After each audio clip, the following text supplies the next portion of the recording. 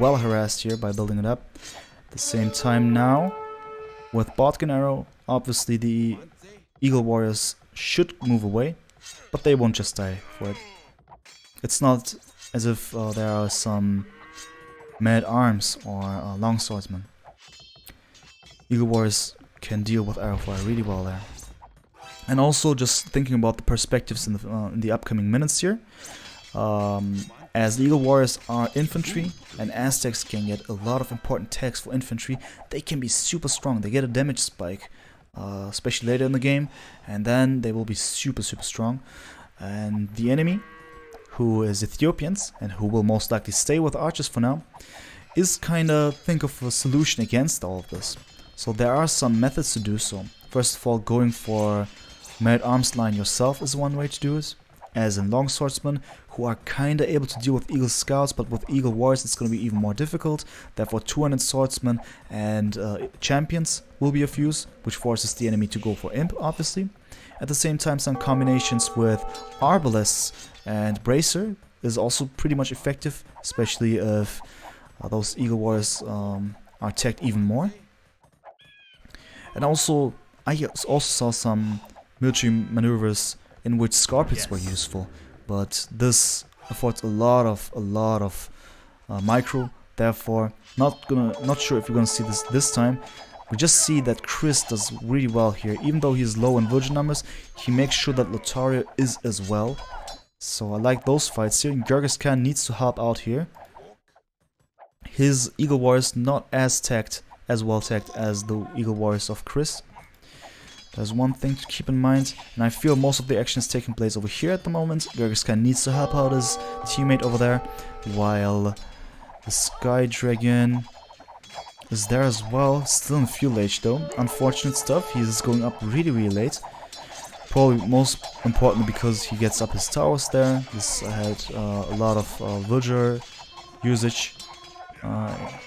This needed a lot of villager usage there, making his economy way slower.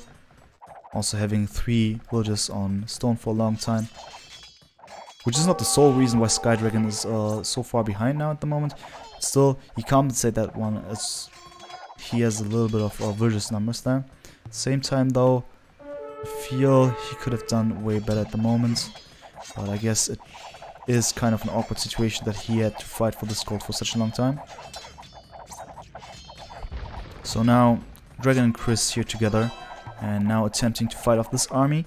Dragon's army is certainly in a huge disadvantage. Feudal army, still feudal army. He is getting crossbowmen and Botkin Arrow just now, but I feel that he maybe just should have made sure that putting palisades around those towers would have been a nice thing, at least to one direction, giving his units the option to garrison themselves into this tower, and also being able to fight off the eagles more efficiently, as they wouldn't be able to approach those towers and still get hit at the same time.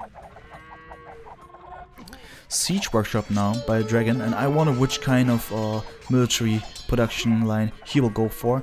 Mangonels wouldn't make sense in my opinion. Scorpions would make a lot of sense there, but also mangonels against archers would make sense obviously, or mangonels against TCs, all of this. I guess he will go for mangonels. The more I think of it, he could do a lot of damage with scorpions, but mangonels means that he will go to the left hand side instead of for GergisKan. We'll see about it once he clicks for any kind of unit there. GergisKan now going for Trek and Iron Casting, which means that he will still go for a lot of eagles there. He is getting the text that he needs in order to be even stronger. Just comparing villager numbers here, GergisKan with 67. That is really good. Let's look at his economy there. What kind of buildings, how many TCs does he have? 1, 2, 3. 3 TCs. Full boom, which would explain why GergisKan involved himself in this fight quite late. I love to see those scorpions by himself against any kind of approaching eagles. So he just needs to make sure not to lose them. This is a really dangerous situation at the moment. Now his enemies know about this, and they could be destroyed pretty fast if he doesn't take care of that. Of the fact that they're kind of exposed here at the moment. So let's see what Sky Dragon actually goes for mangonels. Alright, he actually attempted to go for Lotario. Question is that the good kind of decision there? Let's also have a look at Lotario's eco. 1, 2, 1, 2, 1, 2, 2 TCs. And Chris here, 1 TC probably. Yep. And I guess for Sky Dragon, it is a second TC now. Not the biggest fan of this decision, but he does well actually by... Okay. Two decisions, 2 TCs are fine, but 3 would have been way too much, especially considering the fact that he is under a lot of pressure there. He had no army, he went up way too late, which means that he is in desperate need for a lot of military. He has 23, 25 right now, but I wonder where they are and what they are doing at the moment. I don't see too much of that. Does he want to go for some raiding or some kind of stuff? Where is his army? It says 25. Am I actually missing something here? I'm just gonna press the idle villager button. Oh, I see. There's a lot of military parked there in his buildings there. Interesting. Why doesn't he use them? Bit too passive at the moment. He is also not producing, is he? No, he isn't. Going for the castle is good for him. He will make sure that those armies will not be able to enter as easy, but I feel this army of eagles will be easy to... I mean, it's easy enough for the army to go into that base regardless. So let us see. We got this nice situation in which 2 opposing armies of eagle warriors are there, and let's see if they engage. They're both fully tagged. Long swordsman by GergisKan incoming. He will most likely try to find some counters as well as using his eagle warriors there. Unfortunately, the scorpions weren't as good as he expected it to be, because he actually allowed them to get destroyed, I believe. Didn't see it now. Therefore, mixing in some of his own infantry as in man-at-arms or longswordmen would be a good decision. No. And GergisKan now clicking up. And now we see the Shotel warriors. Interesting, interesting. They're able to do a lot of damage here actually. Look at this one. He forces GergisKan to move away, because we can see it, Shotel warriors, even though they're not even... Look at this, he barely has text for that. I feel that Dragon actually so far behind in everything, as he's forcing his eco to go up there. Some inefficient farming will take place very soon. Still he's leading, which is even more sad because Chris somehow not as efficient as he wanted to be. He messed it up by not having created too much of trouble there with his Eagle Warrior army. I feel not having raided GergisKan was a huge mistake there. With this 1 TC setup, which he originally had, it is actually a must to go for a lot of military there and to be really effective with that one. He is leading with military, 40. No, he's even not. GergisKan is the one leading now. But I'm sure that he had a couple of moments in which he was the leading party there. But he didn't do too much of trouble there. And that is actually the reason why you go for 1 TC instead of for 3 TCs, to be up with military ASAP, to cause a lot of damage there. But it didn't happen. It didn't happen. But at the same time, this army of fire ships also reason why the number of military units for GergisKan is up. Therefore I still feel that there are a lot more Eagle Warriors for Chris. Unfortunately, as I've said a couple of times now, not effective enough. Alright, so he's moving forward and placing down a lot more castles, just securing the area here. And as I've mentioned, both players start on the left-hand side, and they're moving to the right-hand side. Chris making the first attempt here, but GergisKan also making sure that he will stop Chris from doing that. He is doing really well by placing his outposts, getting a lot of vision. Dragon does well by having a safe spot there, for now. All of this can change, especially if Sky Dragon gets caught here. This is going to be really tough, because I feel GergisKan will be way more likely to raid those kind of situations. instead of Skydragon being able to deal with those kind of raids. And now we have a decent combination of Long Swordsmen and Eagle Warriors.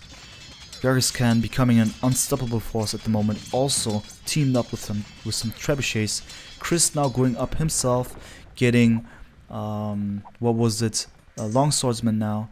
I feel like Chris is still super behind, significantly at least. And it will be a good time for GergisKan to move forward now. He's having a huge momentum now. He still has a couple of minutes until Chris will be there with fully tagged Long Swordsmen, as in 200 Swordsman champions, and also fully tagged Eagle Warriors. He needs to make sure that he enjoys and makes the best out of his situation here with the tag advantage. Just gonna see if I can fast forward a tiny bit more. Oh, I can. Alright, that's it though. Alright.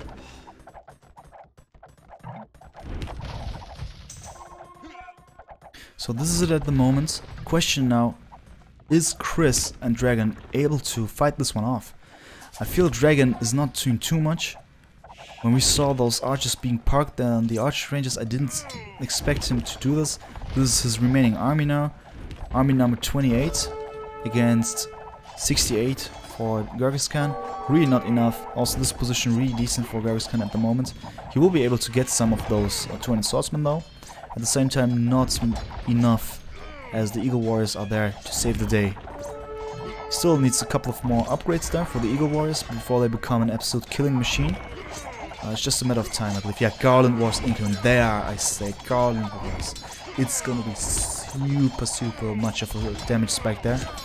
And I guess this will be the moment in which GergisKan needs to move in, especially now. Especially now he needs to go for it. This castle needs to be down, and then he will take over all of the rest of the base of Sky. I believe, at least. If he has enough of an army left. At the moment he has lost a lot.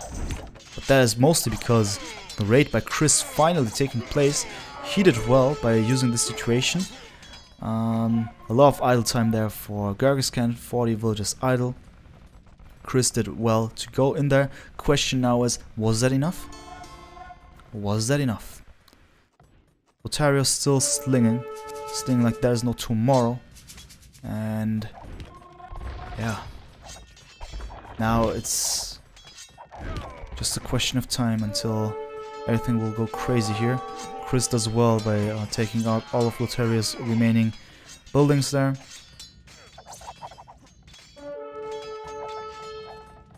You can see it so much how GergisKan is getting stronger and stronger by having this advantage due to Lotario. At the moment though, Lotario in huge troubles. He does well though, GergisKan, by chasing the army of Chris. At the same time, something happened that I've just mentioned. GergisKan making the right moves, moving to the right hand side. The castles are taking away Skydragon's gold income. And I feel it's gonna be over pretty soon, unless something magical happens. GergisKan is certainly super boosted. Chris though, going for champions.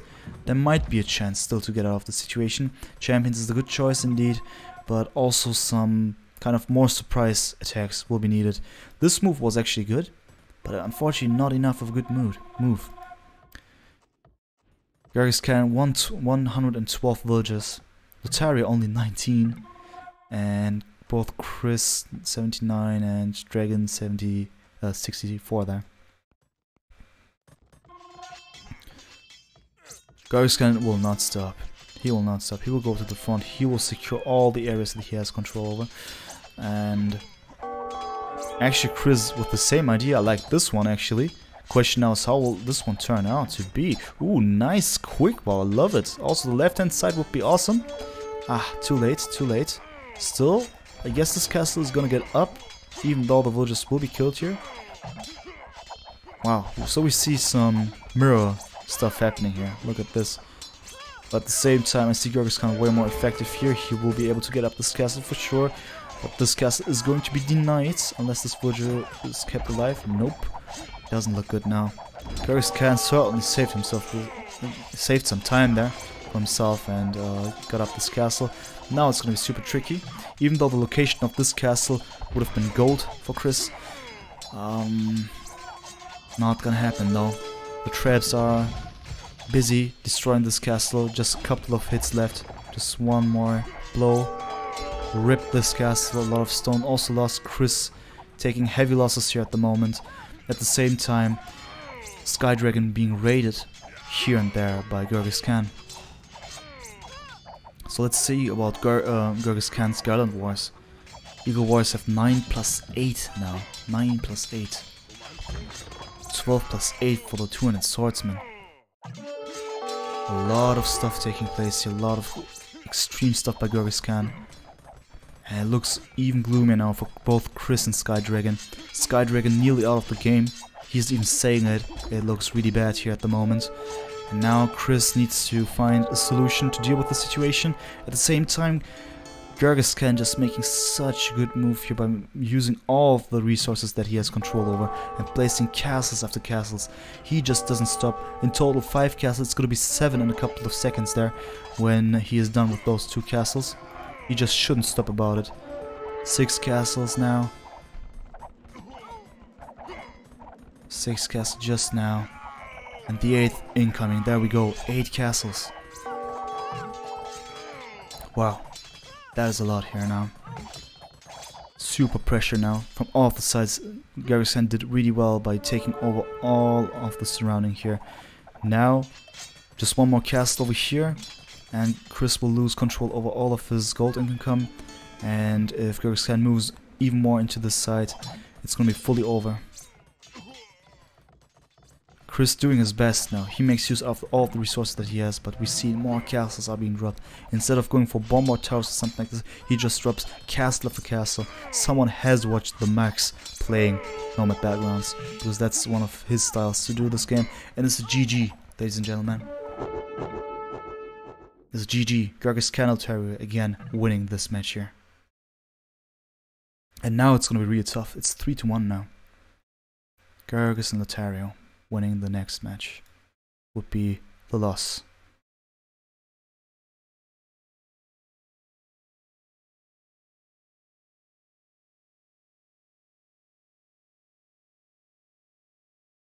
There we go. Thinking about key moments, I guess most of the things I've mentioned so far, as there were a lot of stuff, so a lot of mistakes taking place. Sky Dragon being too passive, going to the next H way too late. Chris being on his own for a long time again. Chris not doing too much of the 1 TC advantage that he had, as in that he went for a more military kind of approach there, while GergisKan had all the time he wanted to go for 3 TCs, boom up heavily, and get up there. I felt Chris and Sky Dragon had some ideas, especially Chris, but the execution of that one unfortunately not effective enough, while GergisKan turned into super monster here, being boosted by Lotario with the awesome sling. Well done, indeed. Alright, just wonder if my chat died again, because I haven't seen any more messages here. I'm just gonna reload my program again. At the same time, I'm losing a lot of battery on my phone.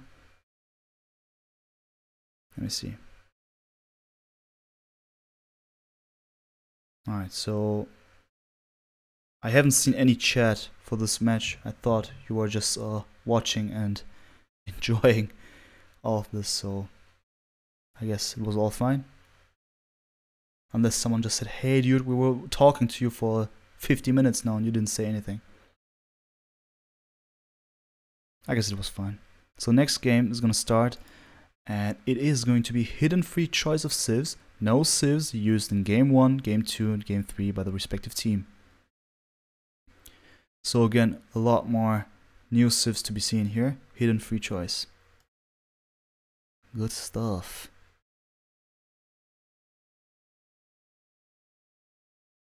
Alright.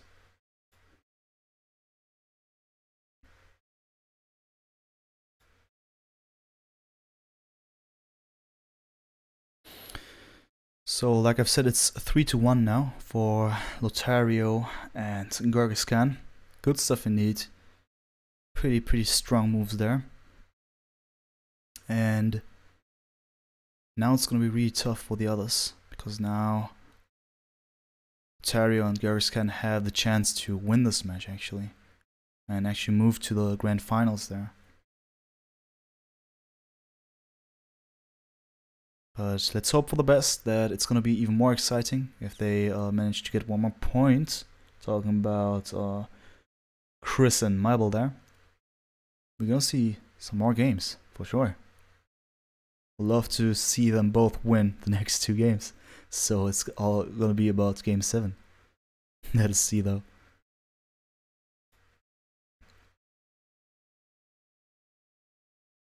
Man, it's really warm here. Am I the only one? Oh my god, I constantly need to wave. But it's so warm. And it's already past 4 AM. But hey people, this is just me doing the best here on behalf of Woobly Official, presenting you some nice stuff. Nomad Battlegrounds, Silver League, Loser Brackets Final.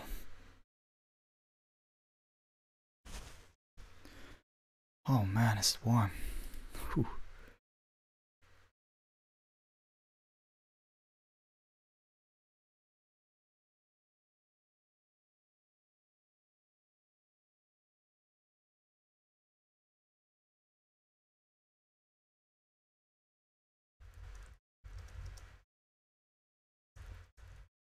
Alright, so the next game is taking place right now.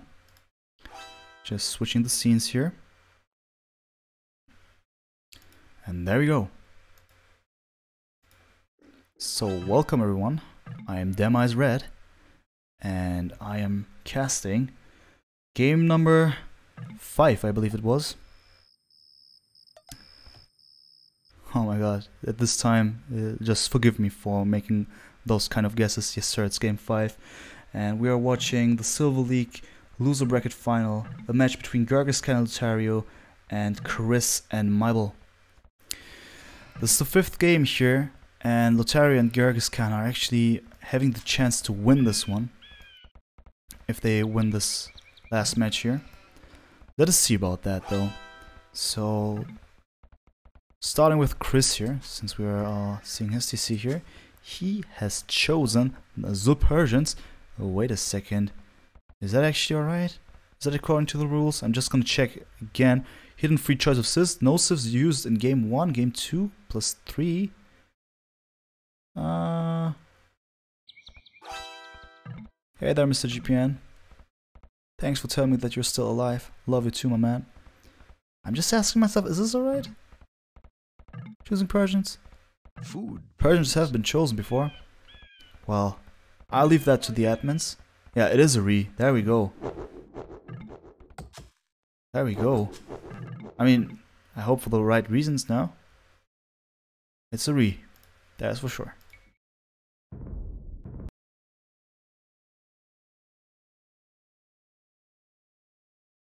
Alright, I'll just leave it to Apollo. He is there. Apollo is the admin here. And he'll deal with that one.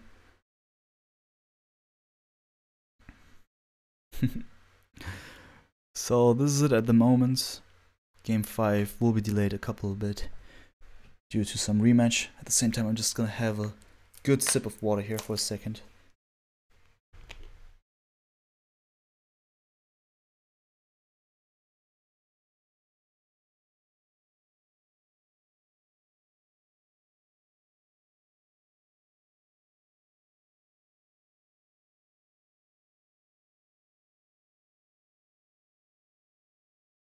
There we go. Stay hydrated, people.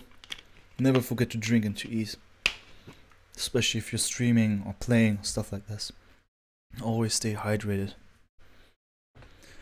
Wow, it's so warm here at the moment. I feel as if it's, I don't know, man. It's 40 degrees Celsius or something like this. Way too warm. I feel I have to take a shower after this one for sure.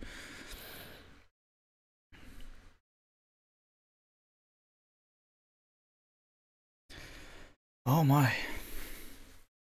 Alright, so the game is starting, finally. Well, I'm just trying to dry my face here. This is it for now. Spectators launch once the actual game begins. Ah yeah, and Woobly sale Persa. Does this mean something about Persians? Persians had been used, therefore that wouldn't have been legal, right? It's hidden free choice of civs. No civs in game 1, game 2, game 3. Or maybe... Oh no, maybe it's fine because of the respective team. So you can actually choose the Persians if you're enemy at Persians. And hidden free choice of civs. So that would be fine. I see. So it was basically not an admin re, but a re by the players, and I actually forgot who called it. Forgive me. Forgive me. Forgive me, people.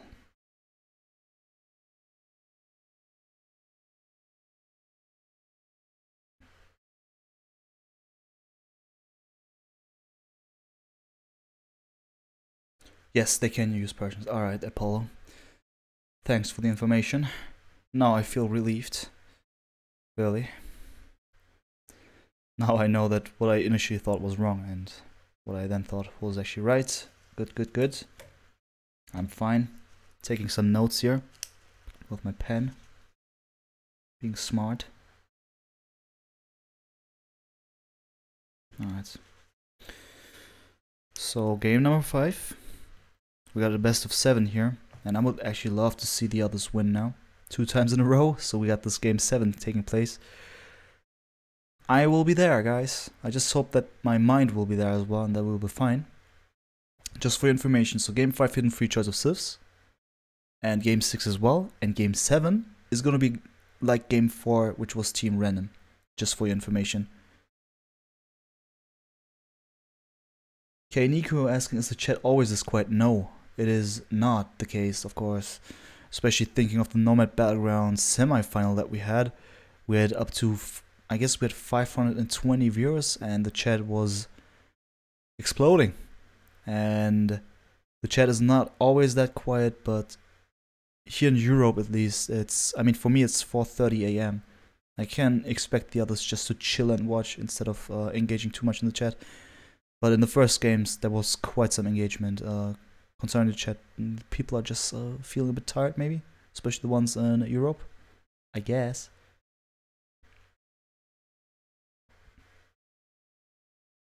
Alright, so 20 seconds left, a couple of seconds left, and then we're gonna start and jump right into the 5th game here. I haven't watched AoE streams in ages. Pun intended, ages. Oh, welcome, man. You're just watching official tournament here. Good to have you here. Welcome, welcome. Alright, the game has started, and I am switching over again right now. There we go. So, welcome everyone, my name is DemizeRed and I am casting Nomad Battlegrounds, match number 5 of the Silver League loser bracket final, a match between GergisKan+Lotario and Chirris+Mibel. So, we got the same civs again, that makes things a bit easier.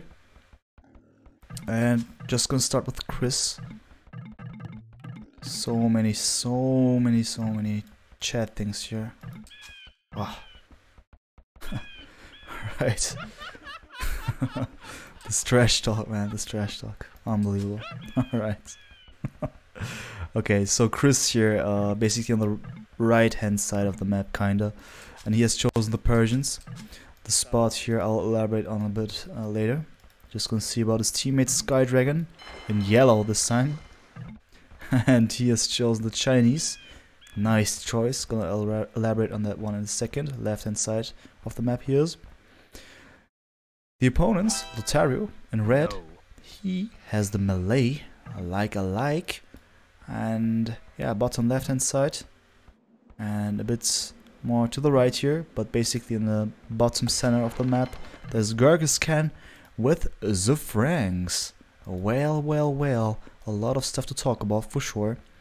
Let's just start by elaborating on his choice of TC placement. First of all, what does this young man know? He knows a lot. He knows that he has kind of food paradise here behind his wood patch. Asking myself why going for this position in the first place, then why not squeezing it right there? It would fit, right? 1, 2, 3, 4 tiles, of course it would fit on to do. No, it will not. Okay, I got it. Okay, I take it back. You could place it then here, but okay, he just went for this one. So he has a reason to put his mill over there. At the same time, his boars are lurable. He has a couple of sheepos. He has more boars. If he finds out about those things, he'll be fine. He has the Franks. I can see him go for some scouts. He will have excellent scouts. And later he will have good knights. And could be a threat on land for sure. But definitely gonna see some feudal action, or at least some castle action. Feudal into castle would be the most efficient one. His teammate Lotario, who has the melee, really interesting choice indeed. Also has a decent position there. Does he actually know about the paradise on the south of his map? No, he doesn't. He should go there and look at this. So many deer. This is going to be the most epic push of his very economy there that he ever had, probably. Also those sheepos, a lot of potential there. I love the space. Gold is quite close. Stone is really close. Just thinking about the resources for GergisKan, I left that one out. Stone quite far away. Where's the gold, man? Oh, no, no, not again this kind of situation. This time it's gold that he misses. First time he had problems with stone. Now it's gold. Bad stuff, but he has potential. If he scouts well, he will find it. Hopefully he does. Otherwise he's gonna be a tricky situation. But he goes up already, does he? Nah, he doesn't, of course. He just gets looms. He just gets the loom. Just was confused there for a second. Forgive me, people. 4:30, man. 4:30 in the morning. Alright, so Lotario, I like the space a lot. I would say so, it's fine. I mean, the problem is his whole front is exposed. So that's always a problem. But I feel he is in a position that he could deal with this somehow. Okay, Nico said, I think GergisKan told his mates, if I were you, I'd delete that dog and not play. What? I guess that was just trash talk. I hope. Okay. I mean, we have seen some decent trash talk between those guys. They're all from the same clan, so we can expect some fun stuff taking place as well. So yeah, going to Mibel, aka Sky Dragon here. He has chosen the Chinese. Very versatile, extremely versatile civ there. Extremely difficult to play, in my opinion. A lot of things that you need to pay attention to. You need to be aware of all the combinations of units that you can go for in order to be unbeatable. But for that you need to be super good at adapting. You can have extreme disadvantages at the same time if you go for the wrong decision there. But if you go for the right ones, and if you do it well, if you manage everything well, they can be extremely strong. I love Chinese on Age of Empires. If people are playing with those really well, they just shine. Great stuff. I just forgot about Lotario here. About his hopes for this game with the melee. Of course, you could go for, first of all, for archers if you wanted to. He has cheap cavalry line. He has one of the worst cav line in the game, as in stats, as he only has the first defensive upgrade. But other than that, his cavalry is extremely cheap. And in the beginning of Castle Age, he could use this as a momentum, even in Feudal Age. But considering the fact that GergisKan is his mate with Franks, I think that he will go for Feudal Age aggression. Maybe they will go both for it. They will both go for it. Could be as well. And then later on, if he manages to get his hands on all of the stone, getting up castles and just flooding the enemies with karambits, as well as pumping out a lot of ARPs, could be devastating for the enemies. So yeah, Sky Dragon here, his base, wallable. This side kinda exposed, but should be fine. This one will be wallable to a certain degree. I see some hope for his base. He has a lot of room in the back. He can deal with the gold somehow. He has the gold, that is good. What about his stone though? There we have one. Also some more gold in the back. There's potential, but a lot of free space there that he needs to protect. So also difficult one for him. He has the Chinese, as I've mentioned. And his teammate Chris here on the right hand side, having chosen the Persians with that extreme boost in the beginning, starting with a good amount of resources, being able to get out that dog really fast and stuff like that, just makes him a strong civ to go for stable. If he goes that early, hints at scouts himself, but definitely when he gets out his knights with the second stable will be quite efficient. As he goes for gold, he has ambitions like that to go up very soon. So there's that at the moment. So far nothing too spectacular happening. We got no villagers being killed or something like this. No unfortunate events taking place so far. No boars being killed by TC fire or something like that. Therefore everything good so far for everyone. Just thinking about the villager count at the moment. It's 2020 for both Chris and Skydragon. GergisKan 22 and Lotario 23. That is quite impressive.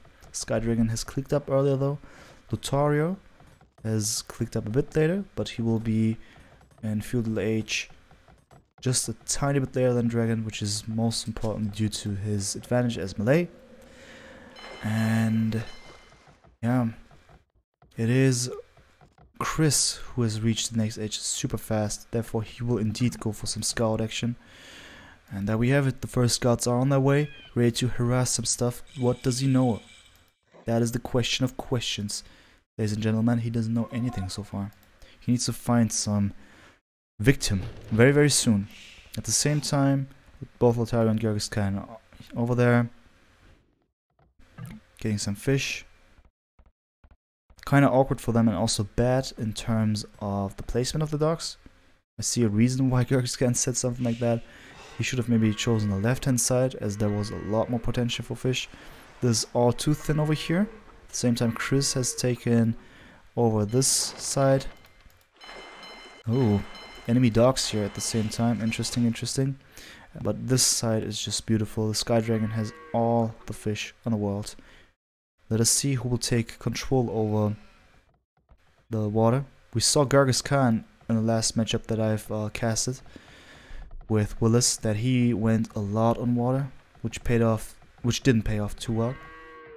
But with melee, obviously there are chances with that one. Melee having bonus on water, a lot of line of sight for the for the dogs. Then the dogs can start to fire arrows once they got the one unique tag. Stuff like that is possible, and also considering the fishing ships, a lot of advantages. Casual healing says, unlike in this cast is so easy to— oh, thank you, man. I really appreciate it, bro. I really like this kind compliment of yours. Thanks, man.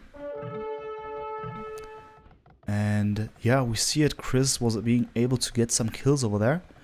Really good for him. Slowing down GergisKan. That is quite important.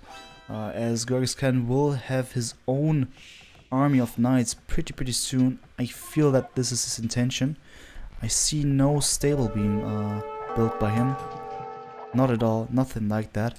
Instead he goes for the markets. Will he even put up his blacksmith? Not yet. There we go. This was actually a fast castle with a lot of idle time there. Also 2 villagers lost, I believe.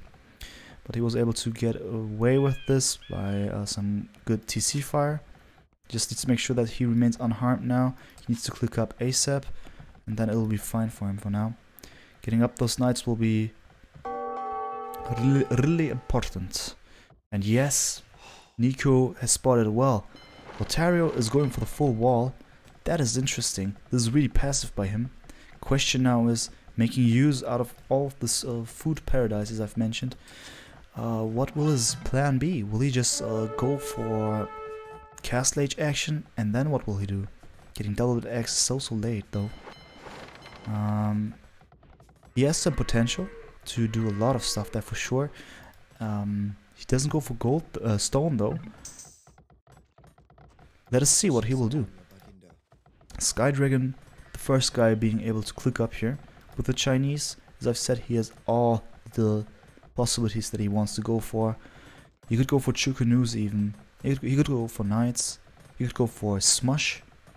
At the moment it looks like a type of smush move here. No military buildings. We just see the blacksmith in the market. Clicking up with 30 villagers though. Kind of late. Let us see. Maybe he will put down some monsters. It would make sense. If the enemy is Franks, obviously, it makes a lot of sense there. So Chris certainly not happy with GergisKan being that passive, going for more aggression here, attempting to do some more of the problems for GergisKan at least, but so far not very efficient there. Good stuff by GergisKan being able to wall this one off. Really like it how he did that. Interesting. Actually, both GergisKan and Lotario baited Chris and Skydragon into some kind of action there. No, mostly just Chris there. To do some field aggression there, but they were not super successful. 2 villages is better than nothing, that's for sure. At the same time, Chris shows that he's not happy. Chris says, nah, I will not let you get away with that one. I mean, you can go for Castle Age, but at the same time, I will, you know, make sure that you will live in hell for a while by putting up some towers. Unfortunately, he's not fast enough with that one. Good for GergisKan, he spotted that one. And that is one thing that we can always say about GergisKan.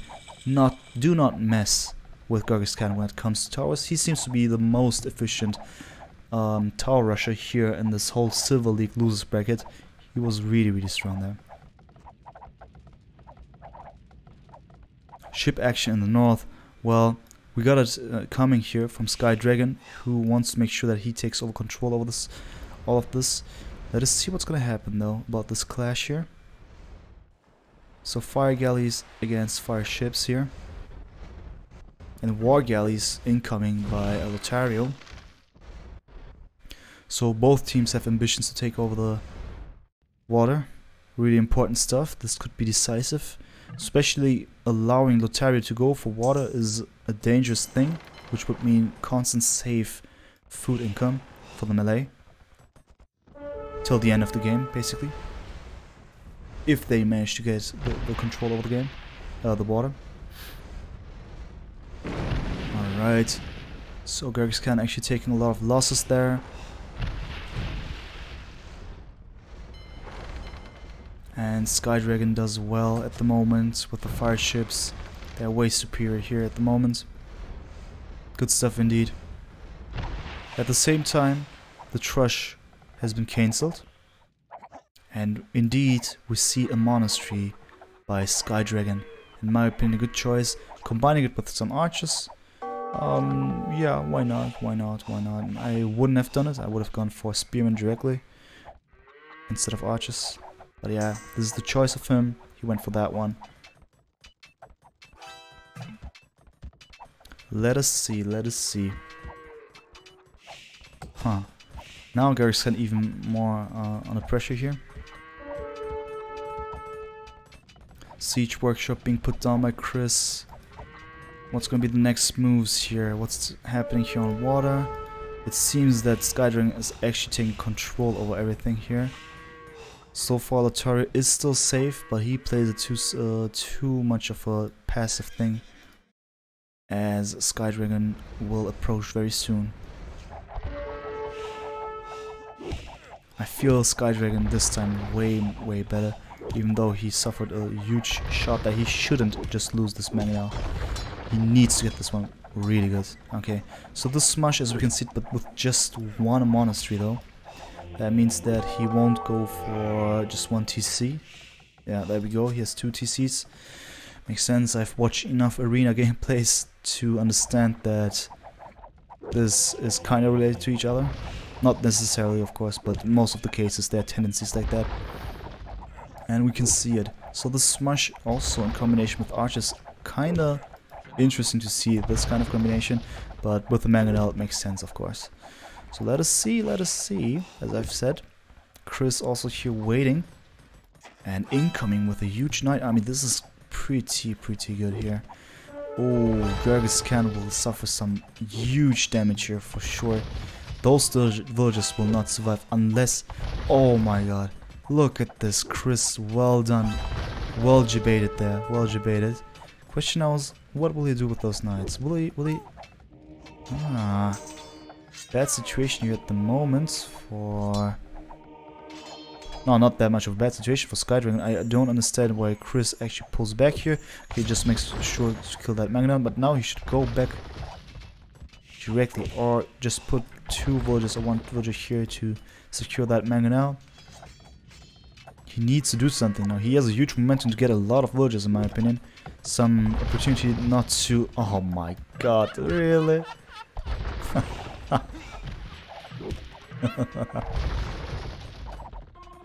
Unfortunate stuff, man. Gergis said don't go alone, I see. Oh, there we see Gergis kind of a lot of trouble there. Huh. I guess good estimation by Chris to go away with the knights first of all and to go here instead. GergisKan is being taken out of the game so far. Gonna see some other stuff by him? No, we won't. Those are all of his villagers basically. There are no villagers left. He's being pressured super hard. He only has +1 armor though, the knights of Chris. Therefore, they are not being able to absorb that much of TC fire. Speaking of the TC, this TC is going to be ripped really soon. Unless this mangonel does some pretty good action. Won't take place. The villagers now attempting to repair this one, but for how long? For how long? If there are 3 mangonels, and if Chris understands that now it's time to go in there with his knights again, GergisKan will be done for sure. This has been cleaned up here efficiently. GergisKan down to 19 villagers.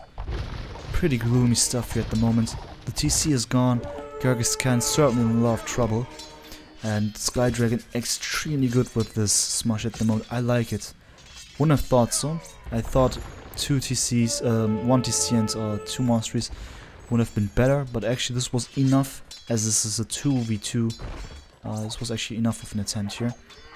What I like at the moment is that the knights also went into Lotario space just for a while, just to say hi, to see okay what's there. There are pikemen. Be careful about that one. Don't lose them. Don't lose your knights to them. At the same time, I like this one because GergisKan is significantly damaged now. It's just a matter of time until GergisKan will be found once again and be fully killed here, because he is in a really super problematic situation. He doesn't have enough wood to build up a new TC. Basically, look at his resources. He is completely done for. He can be lucky that he has a market still up there. And now it's a question of time for Chris to realize that those towers are basically not having any villagers inside of them. Them eyes red, the Nocturnal Madman. Willis, my man, what's up? My boy. Yeah, man, this is me.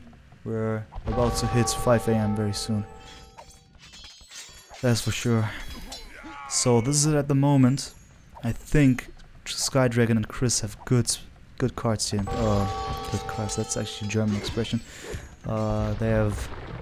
I gotta be honest, man. My brain is actually in sleep mode, but I'm still maintaining it. I will carry on till the end without showing too much of agony here, and therefore I just keep on doing that. Yeah, man, it's important to have Willis here.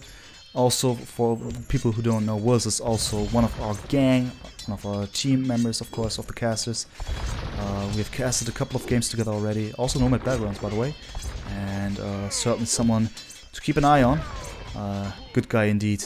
So, I also love it that he engages with the chat so well. Love it. My boy. My boy. Flu also still there. Iron Shift, what's up, my bro? Schedule Healing also still there, all good. And at the same time, we're just seeing all of this happening. Will is actually having the best timing in the world. Resurrecting the chat. Also, I feel the fight now getting a bit more spicy here as Lotario attempts to do something against it. Basically kind of successful here, as this mangonel is able to cause so much damage at the moment. What the hell? Dude, am I misunderstanding something? Why is this mangonel still here? Why was it there for such a long time? Why did it take out 2 mangonels and get rid of a couple of military units here? Oh my god. Alright.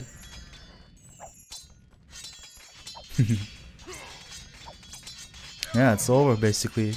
Our dear admin Apollo calls it. which is always scaring me because it gives me the impression that I'm behind in watching this, but it's his guess that this game is pretty much over.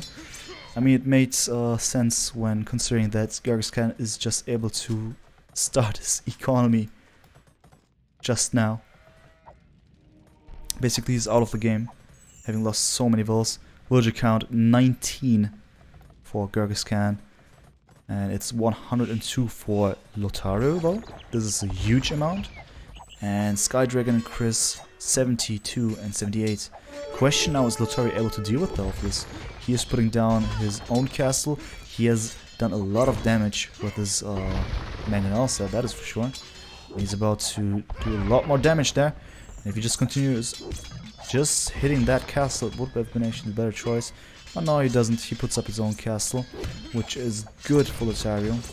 This will keep him in the game, just for now. Alright, so Skydragon at the same time though reaching Imp is a bad sign for all of the other players. Definitely. He goes for Arbalest. Lotario though, having such a strong economy here, is able to click up as well. Skydragon though with a little momentum. Going in there with battering rams again. Bad choice, bad choice. You're an Imp. Just yes. GPN has told us. If you have the rams, why not just upgrading them and then going inside if you really have to go for that one. Or just get out your traps. Let's see though what's gonna happen. Which is sure though is GergisKan's lost here at the moment. He's losing a lot again. The Knights finally having +2, being able to survive the TC for a bit longer there. Question now is what's gonna happen in the next minutes. What are Lotario's choices to get out of the situation? So far he is doing well by having put down this castle over here in a decent position. It's actually securing the stone. Who could have thought? At the same time I feel Skydragon a bit too passive at the moment. He gave up on the idea on continuing the smush. Also no more siege incoming by him. There were those cat rams, but not gonna be enough for now. So I feel the GG that has been called by our dear Apollo, it's not gonna take place just now. I guess Lotario is gonna try to get out of the situation. Score-wise he's fine, and especially eco-wise he's super good. Though we gotta say, look at this little turtle. You know, there's nothing else. Also having lost all the control over the water. Let me just confirm about that one. He has 2 fishing ships still left somewhere, probably here. Oh, there we go. Okay, interesting. I mean, that is fine, but all the resources are just outside. And outside there's both Skydragon and Chris. So it won't be able to continue quite a lot unless Lotario is successful with his Karambit warriors. He needs more techs though. Once they're fully upgraded, once they're FU, as Wills would say, then I can see some options for him. But at the same time, there's a huge army just waiting in front of Lotario's base. I feel it's just a matter of time now. I feel it's just a matter of time now. The trap war is taking place now. I like the fact that Lotario is actually participating there by having his own traps, which gives him time. At the same time though, the Arbal is still not FU because they're missing Bracer and also a lot of defensive upgrades there. Will be incoming and probably causing a lot of damage there.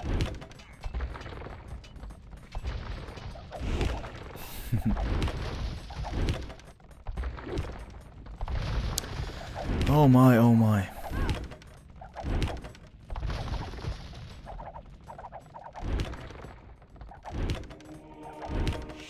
So much trouble here for Lotario. What is up with Gergis? Not too much. Still he has his hands on resources. Question is, will he go for a market? Oh, he will go for a castle just to secure himself. This market has survived for such a long time. I am so surprised. He could make use out of this market all the time now.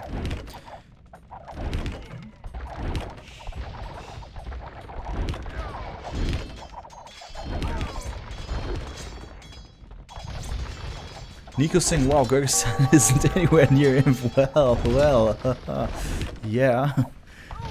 We can say that for sure. I mean, I guess he's nowhere near anything at the moment. I guess just using the market in order to boost Lotario is just his single choice that he has. So let us see, let us see. Ah, it's over. Lotario asks, is it GG? GergisKan saying, you know what, it's GG. GG. So GergisKan and Lotario lost this one. Do you know what this means, dear chat? Yes sir, it's not over yet. It is not over yet. Because Skydragon, aka Mibel, and Chris actually won this match, which means the score is now 3-2-2.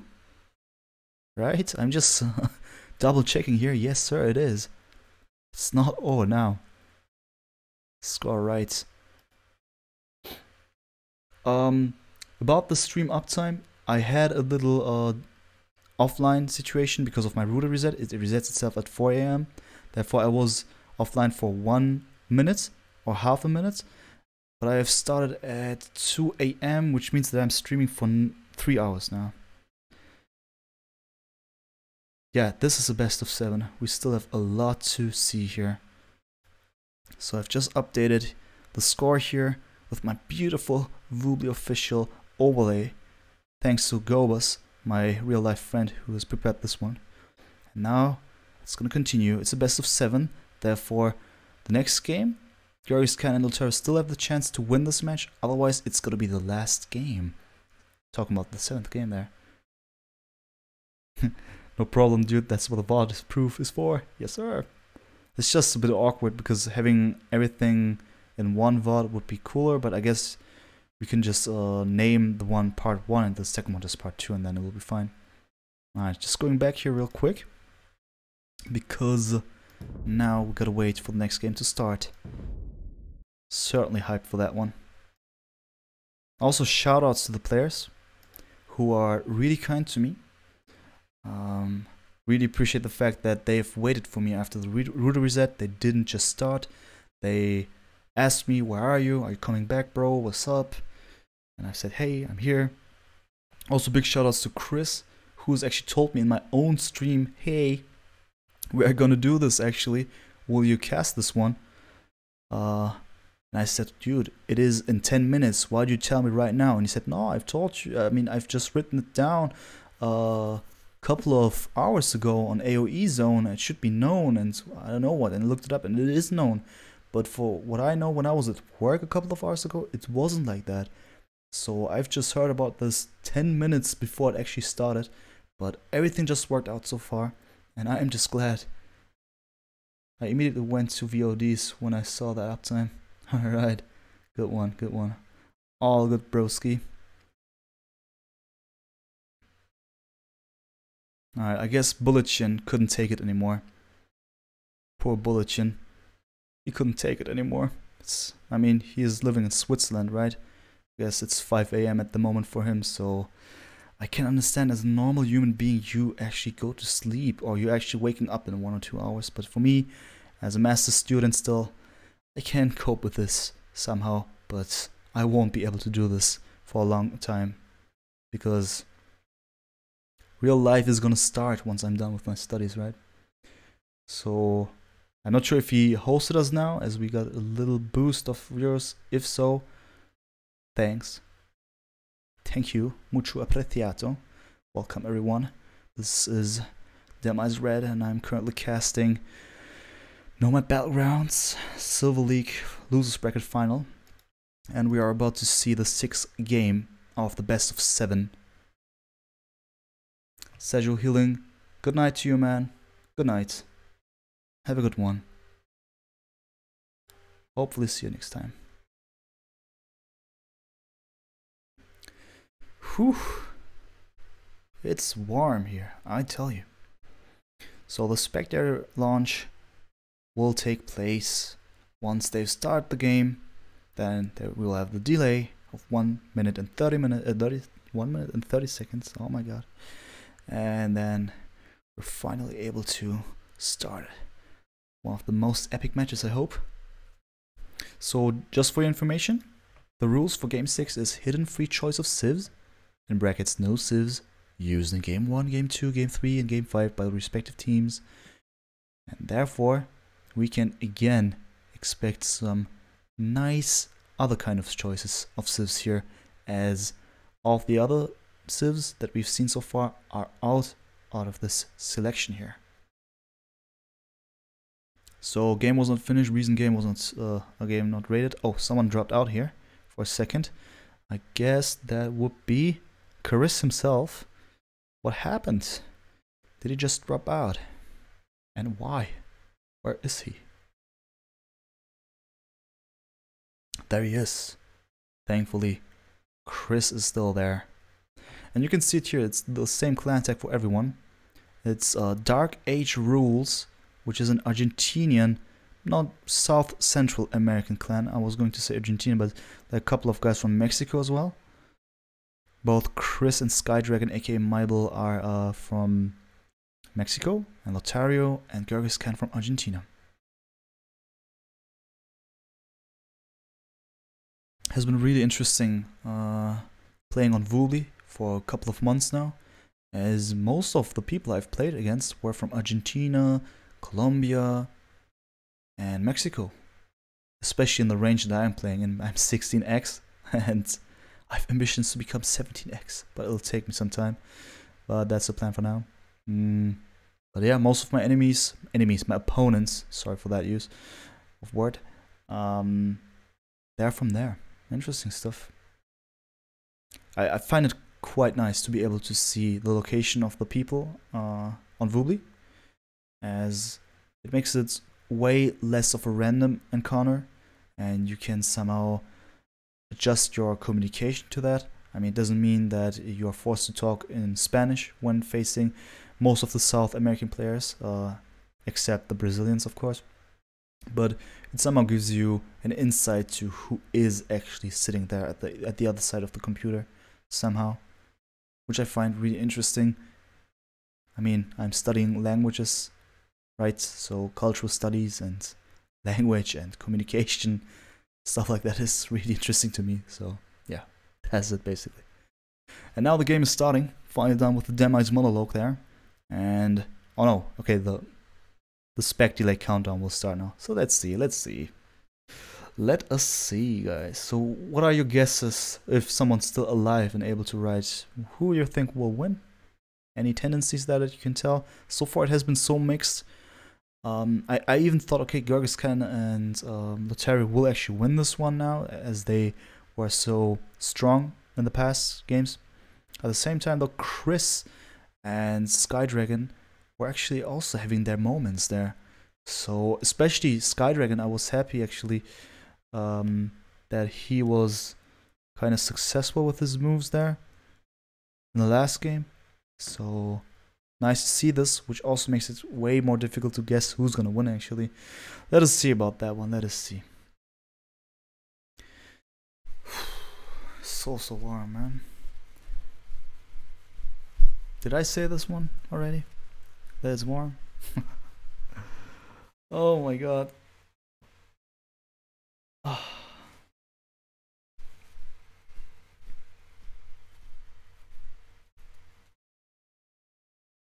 I'm actually getting one more sip of my water here.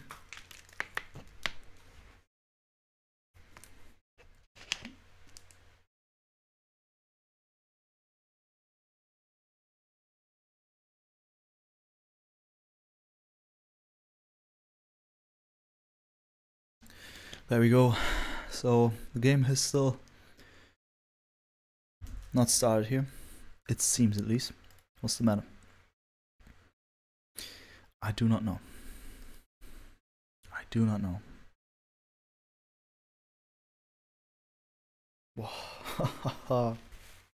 I'm literally melting at the moment. I feel I need to get some ice cream or something like this. Or some ice cubes just put all over my face. Wow.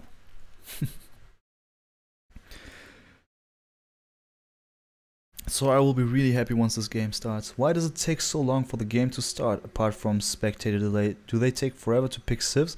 This could be, for sure, as now we are in that critical part of the matchup, where everything basically is important, because everything can be either a loss or win of this matchup.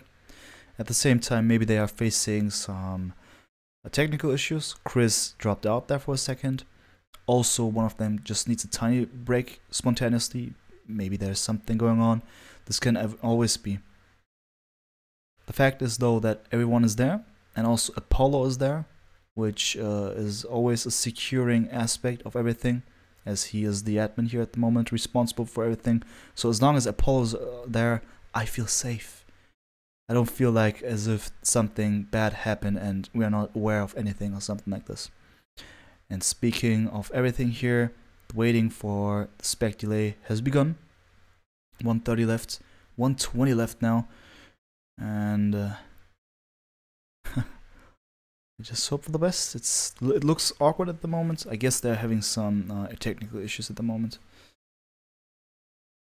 Oh no, the game has started now without counting down the spec delay. I don't even know. We'll just go in, I guess.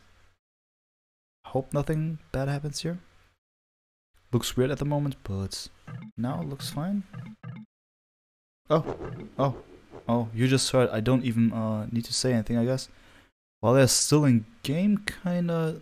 No, they're now dropping out all, I guess. Host noob, it says. I guess GergisKan is just having some issues here.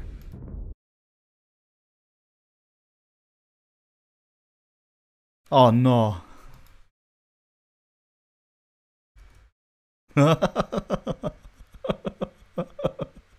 Yeah, Chris just told me. Oh my god, I'm sorry. GergisKan just put in Arabia as the map of choice instead of Nomad. Okay, that happens. Oh my god. Ah, nice one.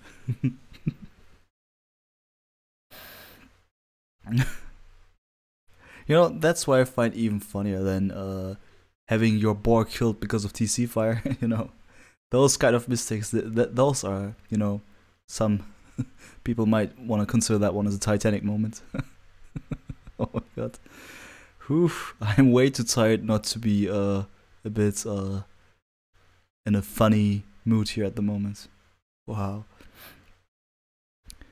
But fear not, people, I will be here till the very end. Till the very, very bitter end here, I will stay.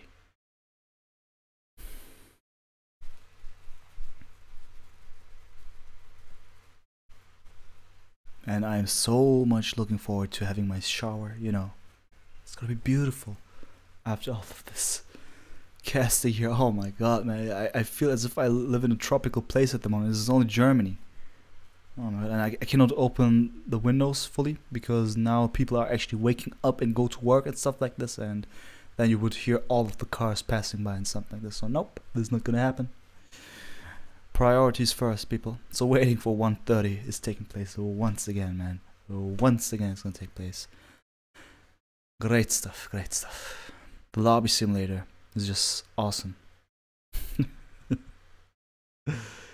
It's 3 degrees. You are kidding me, Nico. Ah, with that Kappa smile, you're kidding me, right? It's not 3 degrees in Argentina, man.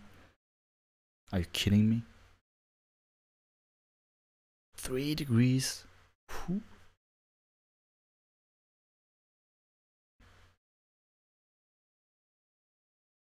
I mean, today in Germany it's gonna be, I mean today as in the day that will just start now, it's gonna be 32 or 33 degrees in the area that I'm living, which is in the western part of Germany.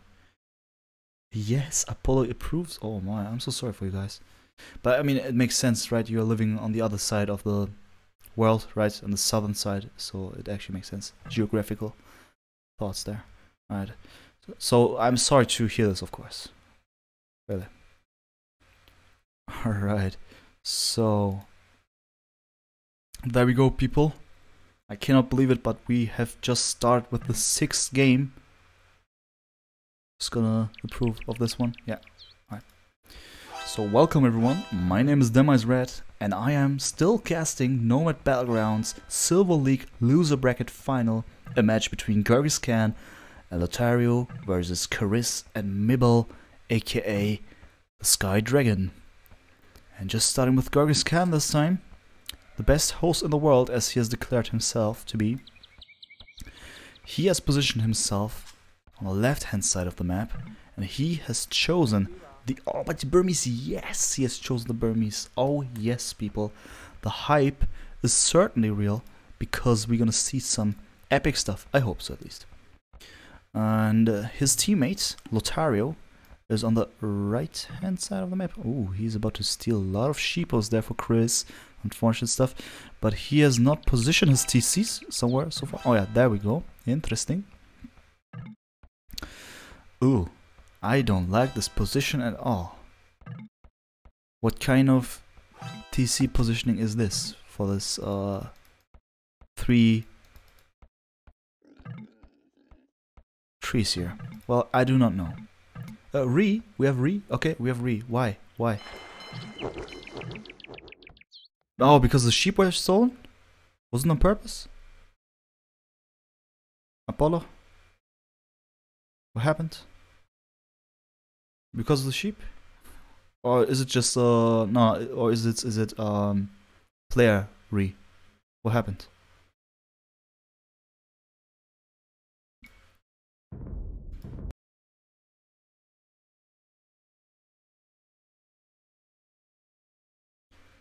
What was the reason? I'll just ask. Debe ser muy tarde en Alemania, sí.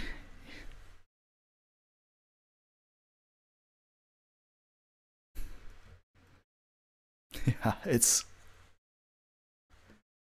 incredibly late here. Lotario said he had lag. Do know if it was that. Oh, I see. So if Lotario had that one, I guess it was a player rematch. So I guess both Lotario and GergisKan use their rematch if they had one. I see. Okay. I mean, of course, I respect that one, so it's all okay. Good to know. Good to know.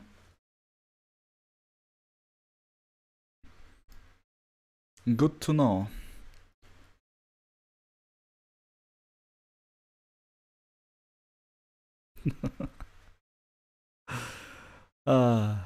Great stuff. Great stuff. At least my dear Central and South American people here understand the fact that it is extremely late here in Germany. I really appreciate that one. Makes it even a funnier thing here to be here.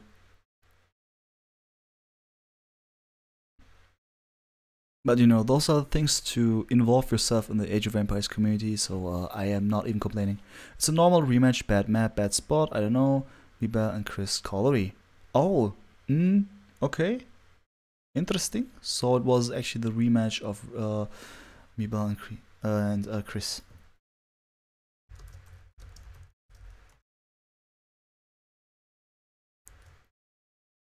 Alright. So the game is about to start now. The hype is real about game number 6. 5:15 in the morning, ladies and gentlemen. Dem Ice Insomnia. Not Dem Ice Red anymore, it's Dem Ice Insomnia. Alright. There we go. We are back, right? Yes, we are. Huh. Alright, so I just wanted to make sure that I hear the game sound.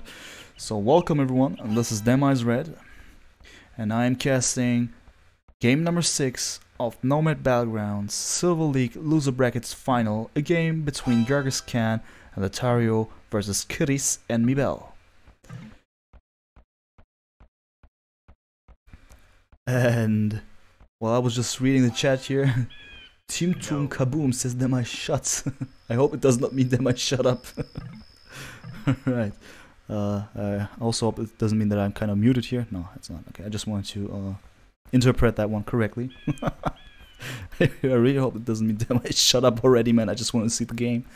Alright, so here we are again on Nomad Battlegrounds, and we have GergisKan with the Burmese, and this time he has chosen another interesting spot for his TC that is attached to this very wood line here. He has some pretty convenient deer on the right hand side, some gold on the left hand side, also some even more gold on the left hand side there. Ooh, a lot of gold, a lot of gold. I like. It's a central position. We gotta point this one out, which means that also due to the shape of nature here, so to speak, he is pretty much exposed, which is having positive and negative aspects at the same time. The negative one, the most striking ones, of course, he is super exposed. He can be attacked by any player from any side here. At the same time, he has enough space to go for some pretty good booming, or he can go to any direction to do anything basically. It's quite neutral here. At the same time though, let us see about his teammate there, which is Lotario. He is up in the north there, nearly at the northern edge there, but still a bit to the left there, with a really nice position there with his TC. I like this one, so it actually excludes the fear of Willis and me having your TC close to the shore and being vulnerable to galleys to harass you. At the same time, enjoying the positive aspects of that one, having a lot of shorefish. Shorefish is such an efficient food income. Good choice there, really lucky there for Lotario. I love this position, to be honest.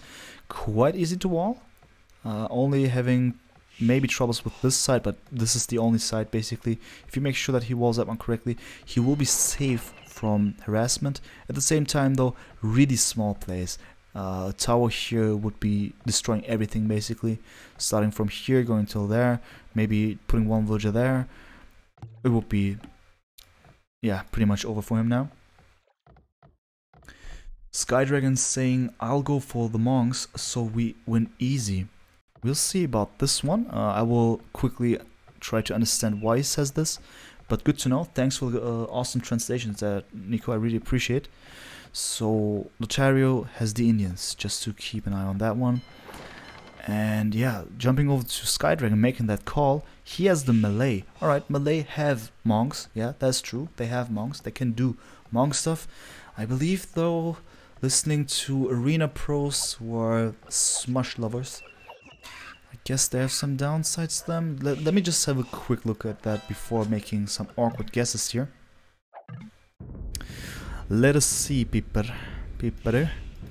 I just skipped the monks. Oh, there we go. Alright, theocracy, that could be a bad one, and further, that is okay. That is okay.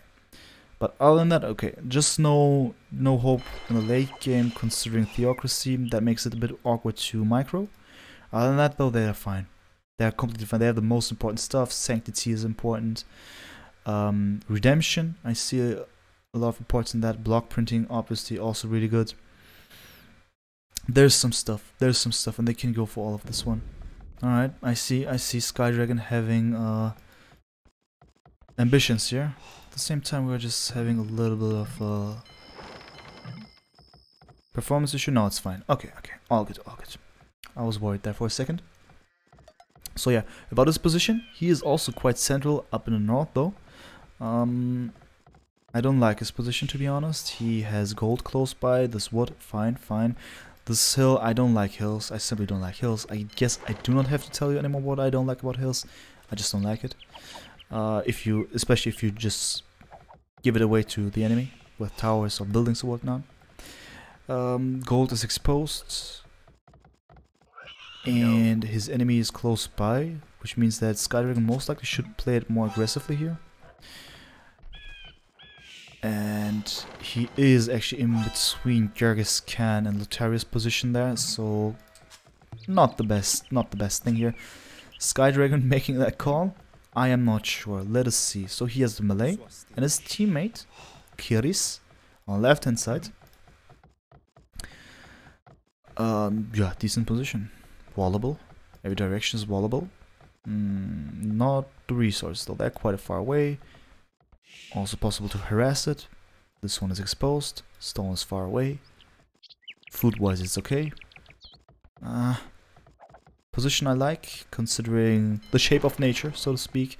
At the same time, the resources are not close. I don't like this. So both teams have placed their docks. No wonder Skydragon and Chris a bit more efficient. I am not convinced of Lotario's and GergisKan's skills considering water, simply put. And this is no way meant in a hateful way or something like this. So far I love to see all of them play here, but I feel that Lotario and GergisKan simply not the best water players. I feel they're either going too hard on water or too little on water, therefore messing it up a couple of times, giving away their leads either on water or on land. But still, this is their match in terms of the score at the moment. If they win this one, they win it. So they will be back and be ready to enter the grand finals there and be facing their old opponents again. Interesting stuff there for sure. So that is that at the moment, and we just need to keep in mind, I forgot about Chirris. So there, Slavs. Alright, Slavs. Ooh, Slavs. Economically, later on, when they have to put down farms. Good stuff. Also, a lot of things to think of with the Slavs. Infantry, well, there's a lot of hype, but really situational. I see a lot of other things concerning the possibilities, especially on land, of course. No. Yes, indeed, I think so. And GergisKan here with the Burmese. Yeah. Alright, GergisKan, I'm going for water. Interesting. Nico, thank you so much, man. Cool, okay. So we have the hint that GergisKan probably will go for water. Okay, that is actually interesting indeed. So thinking of the fact that his buddy is Indians, well, he will have the cheaper villagers. Therefore, he will have a super big boom. And this will make him so strong in the late game. With Indians, you can do a lot of trouble going from scouts into camels. I just love it. I did that a couple of times in my own experience, but on Arabia, of course. But if he goes for land, which is the case, it seems so at least after what we heard from Nico's translation of GergisKan's words there, then it could be one way to do it. But at the same time, I just hope that GergisKan will not blow it away and will just not make use out of his overpowered unique unit there. I feel so far I haven't seen too many good things by the Burmese from things that I've casted so far. Just a second, is it? Oh yeah, wait, we gotta pause. Okay, maybe there was some lag problem as well, so let's see about that one. But I hope that Burmese, with their overpowered units, they will just make the best out of it. And go for first scouts, then some Arambai, yeah, like that could be a way to do it. But if he goes for water, obviously he will not be as efficient as it would be if he remained on land there. Going on water, I mean everyone goes on water, but going on water like that means that he will definitely go for some military there. So let us see. Quick look at the fog of war, yeah, for sure. Since it's paused, let's do it. So GergisKan doesn't know too much. He just knows about the relics, obviously. Civ bonus there. I mean team bonus. And oh wait, no, it's actually Civ bonus. Chris drop. Still, I mean, he seems to be in game. Apollo. Alright. Everything fine? I think so. Yeah, Chris doesn't, he just knows about his, oh no, he knows about GergisKan. Yes. Wait a sec. Oh, actually, GergisKan does not know what's gonna happen in a couple of seconds there. So Chris actually going for the scout rush there. Oh yeah, GergisKan now knows about that one. He just had a glimpse there. He's saying Kitty is going for the scout rush. At the same time, ooh, we shouldn't miss this one. Look at what happened here. What happened? No, no, no, no, no, no. Yes. Oh, now it's dropped. He's out of the room. Oh, well, rip. Ah. Restore. Restore, please. Por favor. Restore. Please. Alright, we'll just go out of this game, not to mess with this. We'll just be patient. Chris dropped. I just hope that the restore will work and then it'll be fine.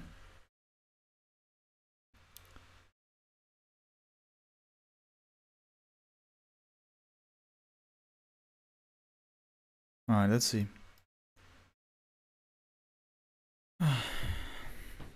This will, of course, drag this tournament a little bit longer here for tonight. 5:30 is approaching. Team Toon Kaboom says spoilers. What kind of spoilers? It's unplayable. I guess he meant lag. Who was host? It was GergisKan. It is still GergisKan. Chris is back. Let us hope for the best. I mean, I don't think that Chris necessarily dropped out because of the lag.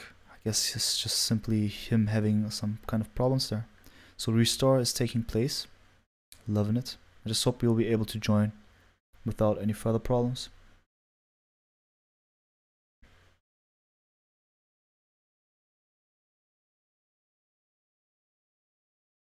Whew.